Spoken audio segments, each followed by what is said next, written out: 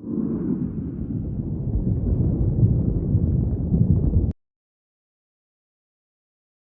الله وبركاته. بسم الله والحمد لله والصلاة والسلام على رسول الله صلى الله عليه وسلم. حبايبي في الله، سؤالي بسبب مين؟ بسبب يعني ايه بالظبط انتحار اليوتيوب؟ بسبب مين القنوات المحترمة هتكفل؟ بسبب مين المحتوى الصادق، المحتوى النظيف هيتلغي؟ بسبب مين هينتحر اليوتيوب او القنوات اللي في اليوتيوب؟ بسبب مين؟ بسببنا احنا؟ هل احنا قصرنا معاكم؟ هل كل القنوات المحترمة، القنوات الهادفة، القنوات اللي فيها شيء يفيدك، هل قصرت معاكي؟ بسبب مين القنوات اللي قفلت؟ بسبب مين القنوات اللي لسه هتقفل والبقية تأتي؟ قنوات كثيرة محترمة جدا، قنوات كبيرة جدا، ستاتها محترمات، ستاتها او القائمين عليها او اللي فاتحه القناه محتواها نظيف جدا، محتواها ممتاز، محتواها ما فيهوش اي شيء حتى يغضب ربنا. قفلت واتلغت ولغتي، يعني عجلت في القضاء على القناه بتاعتي. بسبب مين؟ بسببنا احنا؟ بسبب تقصيرنا؟ ولا بسببكم انتوا؟ بسببكم انتوا، لانكم جريتوا وراء التفاهات. بسببكم انتوا عشان جريتوا وراء الشيء اللي ما فيهوش نفع. بسببكم انتوا اللي مشيتوا وراء الذنوب. بسببكم انتوا انكم انتوا مشيتوا وراء المحتوى الساقط، المحتوى التافه، المحتوى اللي ما فيهوش اي شيء يفيدك. يعني احنا اول ما فتح اليوتيوب زمان كان بالنسبه لنا ضجه عالميه كبيره جدا. ليه؟ كنا كل شيء نستفادوا منه. نفتحوا اليوتيوب قبل انا ما افتح القنوات، انا فاتحه القناه من 2005. قبل انا ما افتح القناه كان اي شيء في الدنيا يخطر في بالي ادخل على اليوتيوب استفاد. كنتش ادخل اليوتيوب يا جماعه عشان اسمع لي رتح، عشان اسمع وساخه وقله ادب، عشان اسمع شتيمه بين الاهل والصحاب والقرايب، عشان اسمع ان الاخ بيشتم اخته، عشان اسمع الاخت بتدعي على اخوها.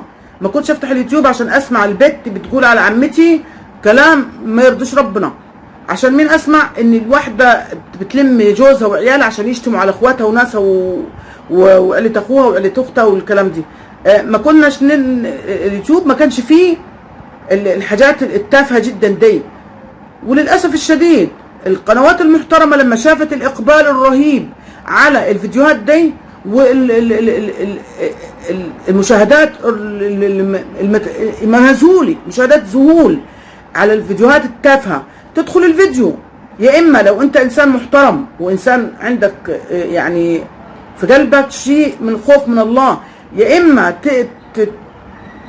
يعني تلوم نفسك انك دخلت الفيديو وتروح ضاغط ديسلايك وتقول لك تعليق عشان نارك تبرد او نارك تبرد، عشان كده طلعت من الفيديو.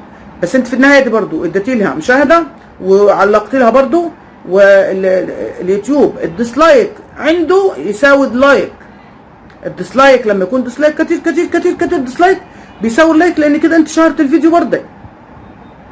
بسببنا احنا طيب اللي هم اصحاب المحتوى، اصحاب القنوات المحترمه اللي احنا متمسكين بالمبادئ، متمسكين بالاصول، متمسكين بالشيء اللي يرضي ربنا، متمسكين بالشيء اللي مش عايزين قرش في بيتنا يدخل حرام. عشان بسببنا احنا، عشان متمسكين بالشيء الاصول. يعني انا هوضحها لكم اكتر. 2 اخوات، والاتنين اخوات دول في بيت واحد. واحده مربايه ربايه بالدين والتقوى والخير والصلاح وتصلي وتعبد ربنا والمسلمه مش بتسيب تحت رجلها وتذكر ربنا وكده، والتانيه فاشله وضايعه وتسمع اغاني وتطلع في الشارع بالحمالات وتطلع بالبلكونه بشعرها والكلام دي. اللي بتصلي وتصيم وعارفه ربنا في البيت وقاعده ما فيش غير الاتجاه لله، ما فيش مخلوق في الدنيا يعرفها ولا ملهاش اي علاقات ولا غير علاقتها مع الله سبحانه وتعالى. الثانيه المتبرجه اللي بتطلع وبشعرها وبحمالات واجتماعيه جدا، الجماهير عليها والناس عليها كده زي الرز. دي النهار كله تليفونها ما يبطلش رن وتتكلم ده وتكلم ده، والثانيه ما فيش مخلوق في الدنيا يعرف عنها اي حاجه. مين الاحسن؟ ومين اللي انت المفروض تزوجيها لابنك او تزوجيها لاخوك او انت تتماشي معاها. التانية ام شعر اللي بتطلع وتقابل ده وتقابل ده وسمعتها سيئة، ولا المحترمة اللي بتصلي وتعرف ربنا ومش بتخلي حد يشوفها غير محارم البيت فقط. زي كده اليوتيوب زي كده بالظبط، واحدة محترمة جدا وبتعرف ربنا جدا فمفيش اقبال عليها نهائي، والتانية اللي هي بشعرها وبتطلع وتكلم شباب وتكلم ده وتردح وتشتم وبتطلع بشعرها وبنص كم وبحمالات والكلام الفاضي دي وبتطلع وتبين جسمها وتبين مفاتنها، دي عليها الناس زي الرز. زي كده بالظبط اليوتيوب بيجي. فهل انتوا اختاروا بقى في الساعة دي، هل انتوا ترضوا ربنا وتمشوا في الغلط ولا تختاروا وتمشوا في الصح؟ لهذا السبب اليوتيوب انحدر. لهذا السبب اليوتيوب، القنوات اليوتيوب قاعد زي ما هو. اليوتيوب ده منصة. اليوتيوب ده يعني ما فيش لوم عليه، لان دي منصة، وهي لما لك زاد خالص النقاش بين الناس والقنوات المحترمة نزلت خالص وما فيش اي اقبال عليها، والقنوات التافهة قال يا جماعة انا منصة ترفيهية فقط، انا مش منصة يعني افرق بين ده انا منصة ترفيهية. انا بالنسبة لي المشاهدات هي اللي بتفيد اليوتيوب، لكن انا بتكلم على صلتك بالله، بتكلم على ضميرك انت، بتكلم على ضميرك انت. هل انت دلوقتي تعالى كمان هنشوف قنوات ممتازة جدا، قنوات تعليمية بتعلمنا ازاي البرمجيات، وتعلمنا ان ندخل على القناة ازاي، نصور فيديو ازاي، نعم قنوات تقنية، قنوات يعني حاجات تعليمية، يعني بتعلمنا من الالف للياء الحاجات اللي تخص اليوتيوب، اللي تخص الفيسبوك، اللي تخص التصوير، الصورة المصغرة. للأسف الشديد تعالوا شوفوا مشاهداتها زي يعني استغفر الله العظيم صفر. بالنسبة للوحدة تطلع، بمجرد ما تطلع بس تقول كلمتين تافهين ما لهمش أي عازة، أو واحد يمسك مراته ويحضنها قدام الكاميرا وقدام الشاشة والدنيا كلها، المشاهدات زي الرز عنديهم. ومع ان القنوات التعليمية صفر مشاهدات. يعني تقدر تقولوا لي بسبب مين؟ بسبب مين ده كله؟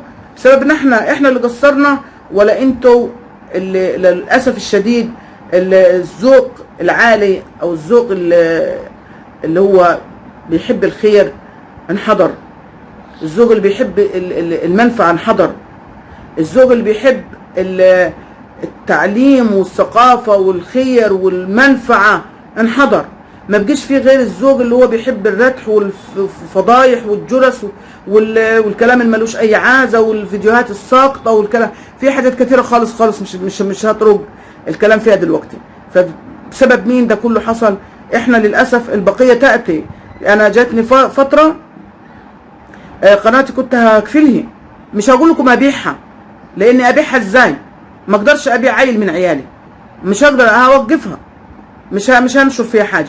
حاولت اعمل فيها كذا محتوى، حاولت انزل فيها كذا شيء، حاولت اشقلب فيها باي طريقه، برضه هي نفس اتضح لي مش العيب فيا انا، ما اني انا نفسي، هو انا اللي بقدم المحتوى ده وبقدم المحتوى ده وبقدم هو انا نفسي. انا قناتي متنوعه فيها كل ما يخطر على بالك، كل شيء، مع ان في ناس كتير تقول لك لا ما تخليش قناتك متنوعه، خلي قناتك على حاجه واحده بس. لا، انت زي ما انت في بيتك. هل انت مثلا متخصصه تخش المطبخ بس، ولا بتكنسي وتطبخي وتعملي ايه؟ عيل تعب تعملي له شويه اعشاب، عيل سخن تعملي له ليمون وتدي له اسبرينا، عندك المطبخ عايزه تعدليه، عندك الهدوم كده توضبي في بيتك، عندك ضيوف توقفي معاه وترحبي بيها، عندك طلوع تطلعي، عندك عايزه تعزي، عندك فرح تروحي، زي كده. الحياه متنوعه، انا مش حياتي واقفه بس على حاجه واحده. وانا بقول كده، انا كل شيء بعمله، الصيانه، السباكه، البياض، الطبخ، المشاوير، الشيء، الاسلاميات، الدينيات، المواعظ، الارشاد الاسري، تربيه الاطفال، كل شيء بعرف اعمله، كل شيء. طب ليه انا ده كله احرمكم منه؟ ليه اني انا ما اقدرش ما اطلعش الشيء اللي انا ربنا افادني بيه ان انا افيدكم بيه؟ يعني مثلا لما انت يكون عندك الحمام بايظ والسباكه بايظه وانت تقدر تعمليها، انا وريتك ازاي تعمليها، ازاي تعملي حنفيه، ازاي تصلحيها. لما عندك مثلا البوتاجاز بايظ ومش عارفه ازاي، وريت لك ازاي تعرفي تعمليه. لما يكون عندك شقتك بايظه وعايزه تتبيض وما فيهاش وما معكيش فلوس، هاتي لك جيركن او صفيحه جيركن بويه من عند الراجل، قلت لك ايه المواد اللي تجيبيها، وبفرشه وبيض في شقتك وخليها زي العروسه.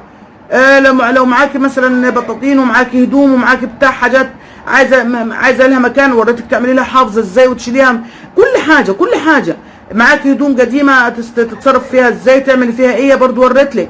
معاكي فساتين في البيت.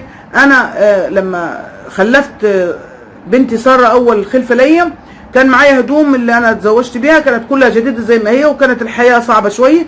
كل هدومي من اولها لاخرها قعدت اقص فيها واخيط فيها واعمل فساتين خروج، فساتين بيتي، منطلونات، تيشيرتات، لبس، مش عارفه، كله من هدومي. من هدومي بقيت افصل لعيالي من هدومي، ما اشتريتش حاجه من بره، وده مش عيب ولا مش غلط. فبسبب مين؟ القنوات المحترمه انحدرت وانتحرت والبقيه تاتي. يعني مش هقول غير ربنا يصلح الحال ويصلح حال العباد ويصلح حالنا وحالكم ويوسع ارزاقنا وارزاقكم يا رب ان شاء الله، ويصلح الزوج العام. اهم حاجه الزوج العام. ربنا يصلح حالنا وحالكم حبايبي في الله. ده كان الموضوع، وده كانت القصه البسيطه عن اليوتيوب كله. دي مش قصتي انا على فكره، قصه القنوات كلها، القنوات المحترمه. ما تنسيش لو شويه، يعني مع اني انا في ناس كتيره مش هتوافق معايا على الكلام دي، ولكن برضو اضغط لايك او ديسلايك، انا معاك في التنين، لايك او ديسلايك. التنين للاسف التنين بيجوا بيشيروا الفيديو، وشيروا الفيديو عشان كله يعرف مين السبب في انحدار اليوتيوب. واشترك في القناه لو مش مشتركه عشان تسمع مني البقيه تاتي. استودعكم الله الذي لا تضيع ودائعه. السلام عليكم ورحمه الله وبركاته. لا تنسوا الاعجاب بالفيديو والاشتراك في القناة تشجيعا لنا لنستمر بنشر المزيد إن شاء الله.